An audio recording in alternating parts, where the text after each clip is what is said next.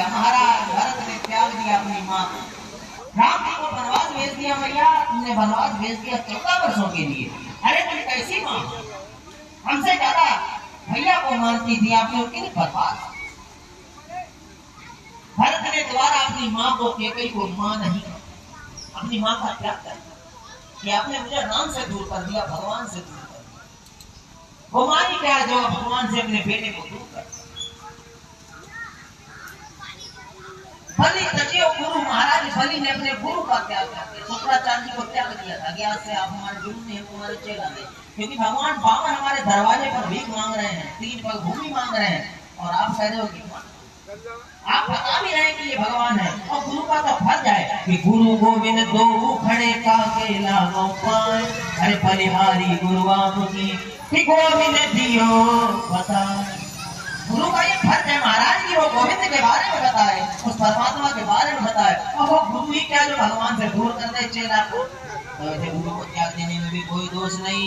और कंस ब्रज बलितन भई मुझ मंगलकारी, यहाँ तक कि ऐसे पति का भी त्याग कर देना चाहिए जो पति अपनी पत्नी को भगवान से दूर करने की बात है। पति को भी इस पत्नी का त्याग कर देने में कोई दोष नहीं लगता जब वो अपने सहधांगिनी को, अपनी अर्धांगिनी को परमात्मा से दूर करे। महाराज ये गृहस्थी की गाड़ी 2 पहियों की गाड़ी है, तो इसमें चैन जो है वो परमात्मा का नाम है। साइकिल खरीद ला और चैन न लेकर के बिना चैन की साइकिल लेकर है कोई माइक वाला धक्का दे के चला लोगे, हाँ ये हो सकता है ये बढ़ जाए, पीछे धक्का देता है, लेकिन फिर जब तक उसमें चैन नहीं पड़ी होगी तब तक चलेगी कहाँ से। तो गृहस्थी की गाड़ी महाराज पति पत्नी 2 पहिए हो सकते हैं, लेकिन परमात्मा रूपी नाम अगर उस चैन नहीं पड़ेगी तब तो वो साइकिल चलने वाली नहीं।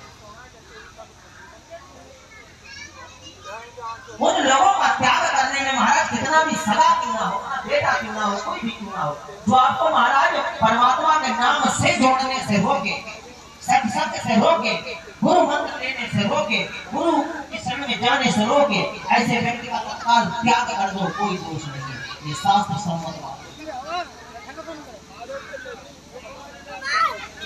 कोई मतलब कोई दोष नहीं लगता महाराज। क्योंकि जिनके प्रिय न राम वैदेही, जो परमात्मा से प्रेम ना करे, ऐसे व्यक्ति का त्याग कर देना कोई दोष का कारण।